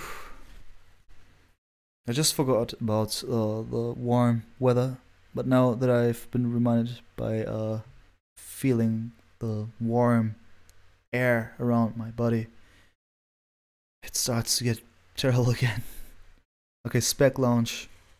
Yes, this is how it is. Both, please, both teams, they shall go for it. It went on so well. It's such a shame that they're having technical problems at the moment. But things like that, they just happen. We gotta roll with it, and we gotta be thankful that Woobly is actually really successful in restores. I don't want to jinx it here, but I'm just saying it what I hear from my experience and also in comparison to other platforms that you can play this kind of game. So let's just hope for the best. So Burmese, yeah, as I've said, there are a lot of chances to go for overpowered stuff. Indians, obviously camels, getting such a spike there once they hit imp and go for imp camels, so not only heavy camels but imp camels. You will get a momentum in which you will even be able to deal with halberdiers. Not efficiently. I mean, it turns out to be overwhelming if the enemy is baited into only producing halberdiers, which is a panic move. So I'm just talking about 16, 17x kind of plays. At least that's what I've seen from my experience when I had the Indians. I've always went into full camels and it just worked out. It was not the most efficient fight, but it certainly made the enemy salty then. Yeah, about that. Malay, we said. Easy smush. Was it? That could be one way, of course. If one of the players goes for knights, it would be devastating, of course. Or camels. But I'm not sure anymore if Malay and Indian was on the same team or it was Indian and Burmese. Let us just see. I'm just too mixed up with my thoughts there. What was the rating of the players? 16, 17x, it was, right? Apollo knows. Apollo also says, I love the Slavs OP farm. I said it as well, you're right. And OP siege, true. Alright, we're back again, people. I'm just gonna change the overlay. There we go. Should be fine now. Right. Okay. Yeah, you're absolutely right, Apollo. Slavs have such huge advantages. When used correctly, they turn out to be kinda having a unbeatable momentum there for sure. A couple of cases. I've seen many people praise the Slavs for given reasons. So yeah. It was Slavs and Malay. Alright, there we go. So basically, if Sky Dragon really goes for a smush, I mean, he went for Smush last game, right? Little Smush with his Chinese. And, oh, Watchtower and Scouts. Interesting, interesting. Good choice in my opinion, as those Scouts won't be able to enter this space. They have +2 though. He got that one on purpose. I often mix up Magyars and Scouts of Magyars and Slavs. But Slavs don't get that one for free, right? It's Magyars who get that one. What? How was this even possible? Oh, GergisKan baited here. Interesting, interesting. Being able to kill one scout, I like this move. At the same time, there was some villager fight going on here, remember? Dragon just wanted to make sure that he maintains the control over this gold. Won't take place, won't take place. So interesting stuff. Chris, on the one hand, kinda trushing, or at least annoying GergisKan, and his teammate, Chris' teammate Skydragon, being annoyed by GergisKan's teammate Lotario. So that's some troublesome situation here for sure, for both sides. And let us see what kind of options we have here for all of the players. So the Scrush could be really efficient. Yes. If he just ignores the situation over here and just goes for the right hand side. So Chris starts to find out a lot about this map. So far he knows about his enemy's locations. One spearman is enough to keep away those scouts. Yeah, for now, yes, because they have been into bad fights there. Moving around those around this TC would be nice. At the same time, something taking place. Oh no. Okay, it's just the gold being axed there. So what is the deal here? Skydragon trying to wall this one up like this. Double arches. I didn't like his arches so far. With the Ethiopians, he was not successful, unfortunately. He didn't manage it correctly, in my opinion. Not deadly enough. At the same time, Lotario with his own Scrush, I've called it. As Indians, it makes a lot of sense. Water fight on the west also taking place. On the west? Are you sure? Yes, indeed. GergisKan actually doing what he said, and that is basically what we see at the moment. Some annoying moves there. Good stuff by Gergis. Making sure that Chris is running out of options with his gold, but he has this convenient spot there. Convenient to a certain degree though. It could be that GergisKan... No, at the moment it's kind of secure, this area. So Chris just needs to react accordingly. So the Scrush is also there by Lotario. And this composition will take care of the archers mostly. Oh, now it's gonna be difficult. They are fletching now. Still, the scouts with +2 here. Oh, I just messed it up. +2 is completely... No, is it normal? No, it's +1 is normal in Field Age. Right? Ah, 5 AM, 5:30 AM knowledge, man. It's just fading away.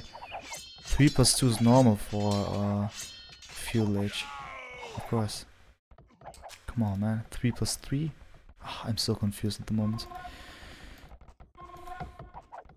Alright, alright. But, you know, in situations like this is when you learn the most, you know, when casting in extreme situations like that. This is when you cope with a lot of stress, mental stress, and at the same time improve your style there. So we see this fight actually in favor of Skydragon, who is able to go out now. He used this momentum of getting fletching just now, just for himself in a really good fashion there. Chris also on the way to Castle Age. He has the Slavs. With his OP farms, he will have a decent eco there. Even with 1 TC, he will be fine for now. Question now is what will he go for? We see double stables. Will we see some Nightos? Some Nightos workshopos? Yes, we will. So 1 TC certainly makes sense. A lot of sense. Slavs, they have good income with the farms. Therefore, this amount of villagers is enough probably to maintain both TC production and stable production once he gets his eco a bit more going. I feel adding 1 or 2 more farms would be even better. 1, 2, 3, 4, 5, 6, 7, 8, 9, 10, 11, 12. Add 2 more and you'll be even having a little bonus set. There we go. Sounds good, sounds good. 14 is a good number in my opinion. We learned this one from Stark, right? We are watching Stark's videos where we're taking our notes, and we keep in mind about macro moves there in order to improve our military moves with 1 TCs. So Lotario at the same time also having similar ambitions, which makes a lot of sense, with the Indians having extremely strong camels. Also would be really handy as Chirris is incoming with knights. +2 knights though, I love those +2 knights. It's just so good. Raiding without thinking of arrow fire too much, at least for the first couple of seconds when you're inside of the base. I just love this one. So, Mr. Dutz saying Mexicans got this. Really, what you think so? So you're talking about both Chris and Skydragon. Well, certainly it looks like that at the moment. Skydragon really impressive at the moment. I love what he does. His archery rush was kinda effective there. He's even able to get out of this situation there. Quite interesting. At the same time though, we see what we wanted to see, what I wanted to see. And that is GergisKan going for a castle and finally getting out those Burmese Arambai, man. Heal on this god-awful early hour. Victors, what's up, my man? Yeah, what can I tell, man? It's nearly, we are about to reach 6 AM here in Germany, and Chris told me, dude, you want to show this match here on Ruby? It's gonna start at 2 AM. It was at 1:50 AM for me, and I said yes. And here we are, man. Malai, good pop in the middle. He's doing the job. Green will finish it. Well, this sounds like an ambitious plan there, which I can understand. It certainly looks really good now for both Chris and Skydragon. I feel that GergisKan went too much all in at the moment, ignoring the fact that he's being raided heavily, as his teammate Lotario is not doing well by maintaining support here. He is incoming now, but I feel damage done is too significant at this very moment. You know, in situations where you have to go out with your villagers and hit mangonels and being chased by +2 knights, that is not a good sign. The camels will help, that is for sure. At the same time, GergisKan has suffered a lot of damages there. In order to get out this castle here, a lot of idle villagers at the same time. He is doing a little bit of panic move here, building a mill. Alright, makes sense, as he cannot place too many efficient farms here, only on the left hand side probably, as his right hand side is kinda denied at the moment by Chris. Chris doing really well thought moves there with this tower, probably more efficient than he thought. That is it about the TC of GergisKan. He did well by just migrating a bit further to the right. Question now is, will this be good of them? Comparing village numbers now. GergisKan 40, his teammate Lotario with the Indians 46 so far. And Skydragon, for instance, with melee 52. That is a way better population than you would expect, because Lotario has the Indians having cheaper villages there. Actually, I would have thought that he would have more villages by now. Looking at his eco, he still goes for 1 ETC setup, which makes sense as he's forced to get out those camels ASAP, pressuring Skydragon at the same time though. I feel at least this was a good move by GergisKan, ensuring that Skydragon will not be able to apply more pressure to the south, and is also kinda exposed to the attacks by Lotario. Hilo is stone for castle?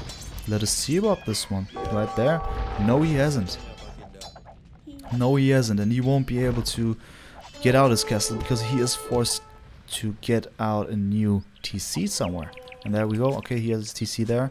I see he has already made his moves there, but he is about to lose a lot of villagers there if he messes this one up. So I like this castle by Lotario actually, which is going to be devastating here. Look at this now. Look at this. Look at this. Look at this. Drunken Gamer for life. We should get at the same time counter widget. Really, Drunken Gamer? Is it like that? Am I saying that often? Interesting. Good analysis. So that means that I'm actually that you actually listen to me. Cool. I'll play. Yeah, dude, go for a drinking game then. Please, drunk gamer, don't. I feel that I say this one way too often. Don't drink, man. I mean, don't do this drinking game with this. Otherwise, you'll be drunk in a minute. Because at the same time, we can see that a lot of stuff is taking place at the moment. Chris is still going ham with his knights. I feel, at least, he wants to do that. I just thought for a second that he's just attacking here, but no, he isn't, of course. This is his teammate. Question is now, is this a good thing to do for him to keep on producing knights? He is having a disadvantage here as the camels are arriving there, and therefore every time he says at the same time we take well, guys, you're gonna get drunk there for sure. Okay, so let us see what is happening at the same time here. Oh, lol. Yeah, Knight's not doing the job, that is for sure, Mr. Dutovic. Yeah, this amount of camels, dude, this is a lot. How many stables does he have to get out those numbers here? 1, 2, 3. There's enough.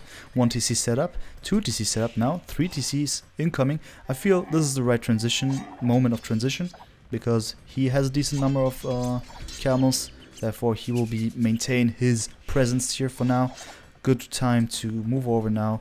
He is able to get out more TCs and maintain the villager production there due to the aspect that he has cheaper villagers in the first place. Therefore, good move. I like this one. And now let's see what's going to take place here. So Lotario actually saving the day so far. Mong's actually a good way to counter camels. Okay, that's actually a big thesis that I say, but now it actually works out well, better than expected. It's not the same with knights, of course, in comparison, but at the same time we see the damage has been done there, at least significantly. Those camels are having issues here. At the same time, what awkward situation is this one here? Oh my. Yeah, it could have been way worse for yellow at the moment, but no. At least Chirris is there. And yeah, we see it. The camels got cleared up. What is Green doing? Well, Green actually is having the time of his life, still going for knights. This is really bossy. Really bossy. He's just, yeah, thick-headed, like, just continue to produce whatever he wants to do, which is specifically knights. I feel that this is not the best move. It worked out so far, right? Can't deny that one. At the same time, though, there are evil counters. So while those camels were not the most efficient at the moment, we can hopefully see where's blue. By the way, what is blue actually doing here? Alright. Okay. So water, while Lotario and GergisKan won the water, GergisKan actually lost his presence completely. Interesting way to deal with this castle here by GergisKan, using his villagers and from time to time putting out some Rambai and at the same time P-tards. Oh my god.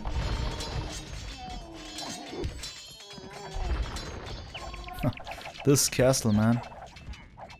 I want to see some explosion now. Gotta keep an eye on this castle. I'm just not clicking anything else. At the same moment, we can see that everything is going according to the plan for Lotario, at least, who is messing up his army there and also kicking off his economy even more efficiently. And it doesn't look good for Skydragon at the same time, we can see, because while he was really successful with this first attempt of dealing with those cannon archers, now it's looking way gloomier there. And whoa, I wanted to keep an eye on the castle. The castle is gone. The castle is gone, my man. And alongside with that, also our Badaboom guys went away as well. Well, bad stuff indeed. GergisKan actually suffering a lot of losses here. While he's doing work with his Rambai, he could do work. He's not doing any work at the moment. He's attacking the lumber camp. So it's just downright awful at the moment.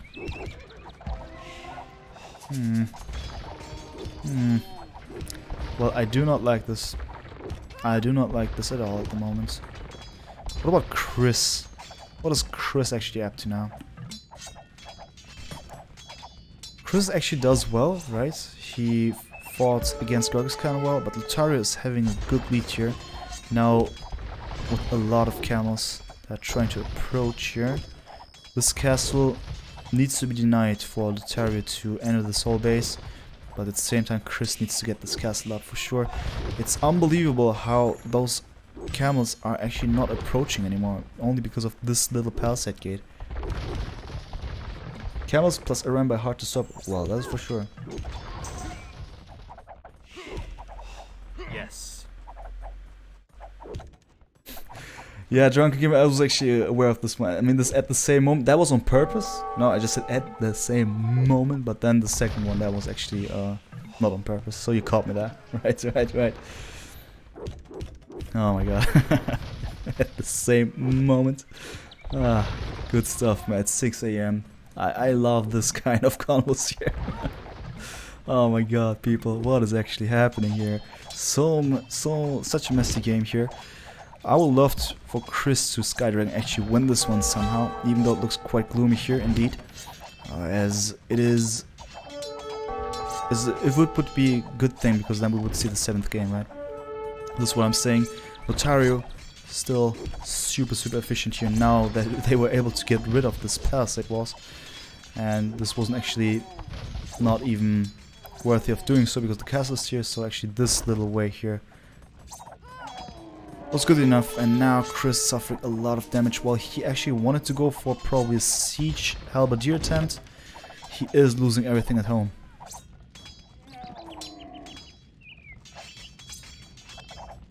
I know it was on purpose. Okay, all good, Drunken man.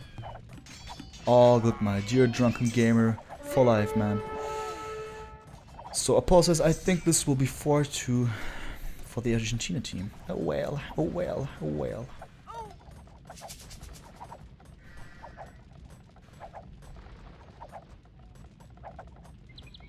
It's actually funny how this chat... how are you all alive again, guys? We got 107 viewers. Oh my god, I actually need to... Oh my god, I need to... Oh my god. I have no more battery on my phone. Just excuse me for a second. I must not lose the control over this one. I want to see the chat. I'm so sorry.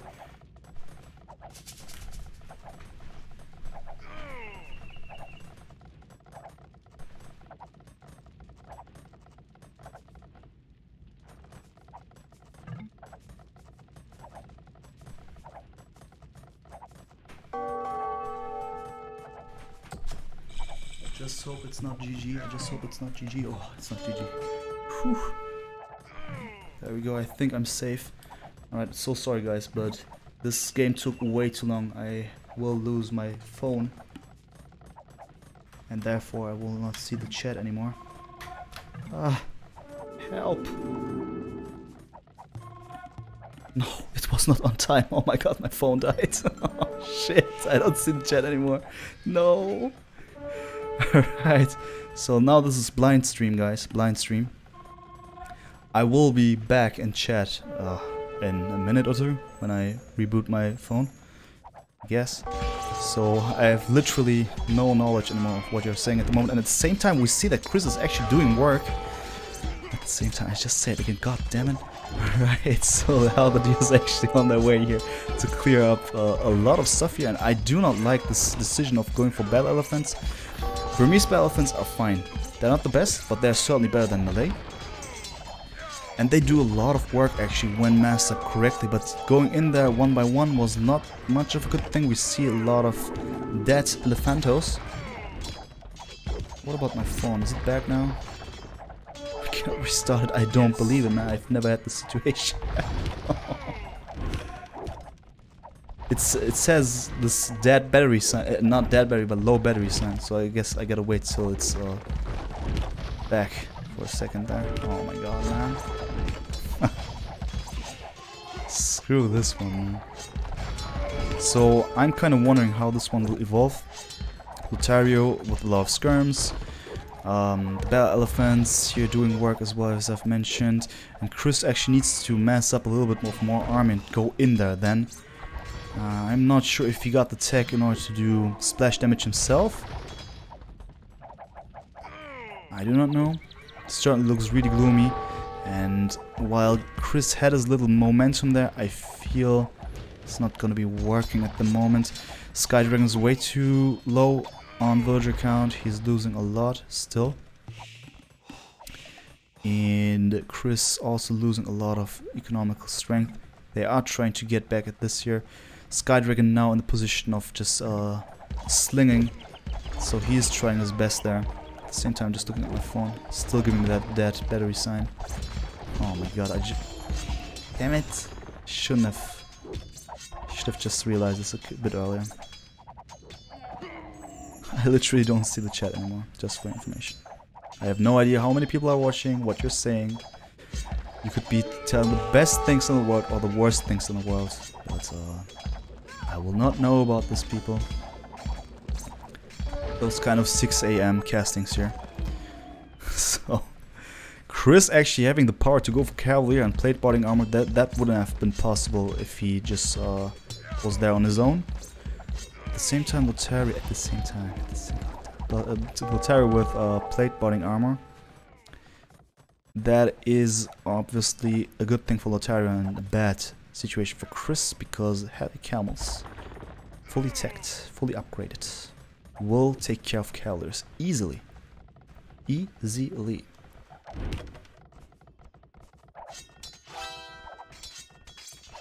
Alright, my phone is still not accepting any kind of input there. I feel this one is going to be pretty much over if nothing spectacular is happening. Actually, there's so much potential just to move out to the sides here, but I feel GergisKan also being back in the game. Decent number of villagers, 66, not the biggest number obviously, but villagers 66, military 17. I feel Lotario will be the leading strength here for the rest of the game so far. Unfortunate stuff here. Sky Dragon calling it as well. GG question mark. And after that one, I will just open up the chat on my screen here, on my own computer screen, if this is gonna be GG. Just want to see the last comments here. Literally don't see anything. I just hope that I'm not offline or something, but nah, everything should be fine. But Sky Dragon actually calling it GG, and we got this GG, people. Suerte la próxima. Good luck for the next one. Grande Dars. GG, good luck. And it is over, people. Lotario and GergisKan managed to beat both Chris and Mibel, being able to join the epic grand final of the Silver League, Nomad Battlegrounds. And now I'm just tuning back into Twitch, fully official. There we go. Am I alive? Am I live? Are you people there? Let us see about this one. I'm turning in right now. And yeah, you'll see it at the same. There we go. The first thing that I see is at the same time, my man. Oh my god. Alright, 98 people still watching. Lovely stuff indeed. I gotta first switch back this one. So, just for the sake of this scoreboard, I always I don't know why, but I've never written down the last score basically. So I just do this one just out of respect that we've been able to watch 6 out of the 7 games, and there we go. It's basically official now. It's 4-2 for GergisKan+Lotario versus Chris and Mibel. Therefore, I just go back here, and there we are, people. So at the same time, the sounds out of my window are starting to take place. I hear dogs barking, people barking at the same time. So make an ATS by Nico. Yeah, Chris saying, I know it's late. Thanks a lot for the cast. I'll watch it later. It was my pleasure as well. Thanks for letting me know 10 minutes before this matchup actually took place. Thank you, Medler, for telling. Welcome back. Good night, says Influencer. Well casted. Well, good night to you. People are barking. Yeah, they are barking as well. Thanks so much, people. I feel that this was my best solo cast so far. And yeah, people are definitely barking, my man. And yeah, so I just want to tell you that this was an awesome cast. I've started at 2 a.m. and now it's 6 a.m. nearly. Mr. Dude, thank you so much. Idin, thank you so much. And yeah, man, dogs chirping, birds, I don't know, having social conversations about academic topics there and stuff like this. So yeah, man, thanks so much, Team Tum Kaboom. Thanks so much. Are there more games? Well, there are going to be more games for sure, but not today, as I, as a human, have the urge to get some sleep very soon there. Therefore, it's gonna be a tough one there for me to do some more casting. At the same time, there are no games to cast anymore. Just for your information, so there is going to be a lot of games this week still. Official we will be showing for now, and there will be more matches to be added very soon. Just for your information, so I will be doing Legacy of the Huns on Friday at 13 GMT, and my phone is finally rebooting, by the way. What the hell.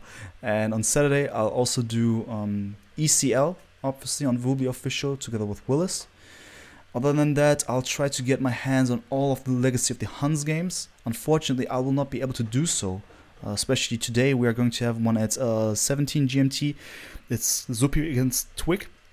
And I will be at work, unfortunately. So there's that. Also, Thursday, 13 GMT maybe, but this is going to be such a tough thing. Yo and Vivi against MBL Nikov. I don't think I will be able to make it. So sorry about those negative messages here, but I will be at work, right? But everything that's going to happen on the weekend, I will be doing it 24/7 if you want to. I'll be there for sure, and I hope that I'll see you there as well. Just for your information, I'm also casting on my own channel. But mainly, I'm here, of course, for Vubi Official. This has been a Vubi Official cast, obviously. If you like what you heard and what you've seen so far, feel free, if you are interested in seeing more, just, you know, those kind of clickbait things, no, not sellout things that I tell. You know, just go on my page if you want to, or on Vubi's page, and do what you gotta do. If you want to go to my page, just scroll down there, and you're gonna see my beautiful bearded face there, and also be able to click on my page, and then you'll see who I am. And a 24-hour stream, Tim Tum Kaboom. Maybe one day if I reach a certain amount of followers there. Oh my god, yeah, the demos are red for sure, man. Oh my god, man. Wow, he confirmed it. Will we cast ECL 20 on weekend? Yes, confirmed. When you cast, I'll be watching at the same time. Good stuff, Drunk Game for Life. I really appreciate that so many people actually like what I did here. Yes, we watching at the same time. What the fuck? Fuck off, man. Oh my god, I didn't believe that actually we were able to make a meme out of this stuff. Oh my, at the same, I wrote this down, and then I just, oh my god, I will not even stop using it, man. Oh my god, ATST, man. Are we really creating a meme here at the moment? Oh my god, man. Damn. All right, so that's for me for now, man. And yeah, be prepared for more stuff by me. I'll do my best to pump out as much. There's another car driving, by the way. As much content as possible here and on Vubi Official, obviously, and also on my stream. Just for your information, I am streaming 6 days a week, only Age of Empires content. Also on my channel. If I'm not streaming on my channel, then I'll be streaming on Vubi Official. I've told you this one. And no, I have a life. I am studying. I am finishing my master's thesis. I have a girlfriend as well. You won't believe it. So not to let you think that I am a jobless guy sitting at home till 6 a.m. in the morning and saying at the same time all the time. Alright, that one rap song at the same time. Oh, yeah, from Future. At the same damn time. I know what you mean. Hell yes, she's good, of course, man. It's my girlfriend, man. So everyone, good night. I'm glad I could dub that with you. Well, I'm more with you. Right. At the same damn time, for real, man. ATST. I will write this one down. Unforgettable stuff, man. Who's she? I won't tell, man. It's my girlfriend, man. Leave her alone, man. So, thanks so much for watching, everyone. It was probably one of the most pleasant streams that I've ever had here on Vubi Official so far. And I'm only here for 2 or 3 weeks. I'm brand new here. German streamer right there. And yeah, man, see you very, very soon. You'll see our schedule on AOE Zone. You'll find it on the right hand side, and you'll see where it says will be official, and there's a big chance that I'll be doing the cast then. Otherwise it's gonna be all my other mates. It's gonna be Influenza, of course, he's part of the team. Nobody is part of the team. Katsuni, the legendary Katsuni, is in the team. Willis, and yeah, we are all this gang. Nobody, if I forgot to mention him, but I guess I mentioned him. Yeah, so what are you studying? I'm studying English and philosophy, and I'm writing my master's thesis at the moment. Become a teacher. But before that, I have plans just to become fully official and full-time stream. Nah, I'm just kidding, man. So we'll see about that one. Now I'm getting dizzy and talking all of that nonsense stuff because it's way too late. Guys, really appreciate the real Demi Ham. Yeah, I'll hit the sheets now. I just end it here right now. It's too much, man. Oh my god. So I am not sure if I can do hosts. I don't think so, and therefore will not do it. I just end the stream right now, and yeah, thanks so much once again. I love you all. And yeah, man, feel free to check out my profile, right? Just scroll down, look at the sky, man. Damn Eyes Red is a Newcastle from Germany, blah blah blah, it says. Yeah, good stuff. Alright, guys, good night, everyone. Good night, man. And don't forget, man, ATST, man, at the same damn time, man. Bye-bye.